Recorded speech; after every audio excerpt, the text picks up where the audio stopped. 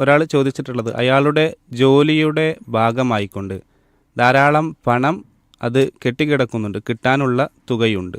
ഈ തുകക്കുള്ള സക്കാത്ത് അദ്ദേഹത്തിന് ഇത്ര സംഖ്യയാണ് എന്നുള്ളത് നിശ്ചിതമായി അറിയാം. എങ്കിൽ അത് കിട്ടുന്നതിന് മുമ്പേ ആയിക്കൊണ്ട് സക്കാത്ത് നൽകേണ്ടതുണ്ടോ എന്നാണ് ചോദിച്ചിട്ടുള്ളത്. കിട്ടാനുള്ള തുക രണ്ടു തരത്തിലുള്ള തുകകളുണ്ട്. ഒന്ന്, ചിലത് കിട്ടുമെന്ന് ഉറപ്പുള്ള തുക. നമുക്ക് ഏത് സമയത്തും നമ്മുടെ ആവശ്യത്തിന് അദ്ദേഹത്തിന്റെ അടുക്കൽ നിന്ന് വാങ്ങാൻ കഴിയും, അത് കിട്ടും എന്ന് ഉറപ്പുള്ള തുകയാണെങ്കിൽ അത് നമ്മുടേതാണ്.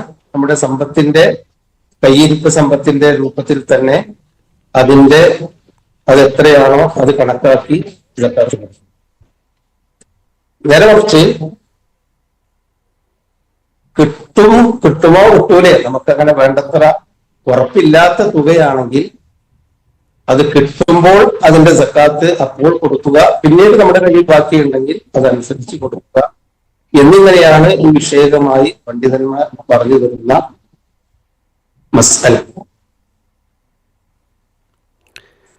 ഓക്കെ, അത് കയ്യിൽ കിട്ടുന്ന സമയത്ത് കൊടുക്കലാണ് ഏറ്റവും ഉത്തമം എന്നാണ് സൂചിപ്പിച്ചത് അല്ലേ? അങ്ങനെ ഉത്തമമല്ല, കിട്ടാക്കണമാണെങ്കിൽ കിട്ടുമ്പോൾ കൊടുക്കാം. അതിലെ കിട്ടുമെന്ന് ഉറപ്പുള്ള നമ്മൾ പരസ്പരം കൈമാറി വരുന്ന കട ആണെങ്കിൽ അത് നമ്മുടെ സമ്പത്തിൽ കൂട്ടി നമ്മൾ വർഷത്തിലൊരിക്കൽ നമ്മുടെ സക്കാത്തിന്റെ കൂടെ കൊടുക്കും.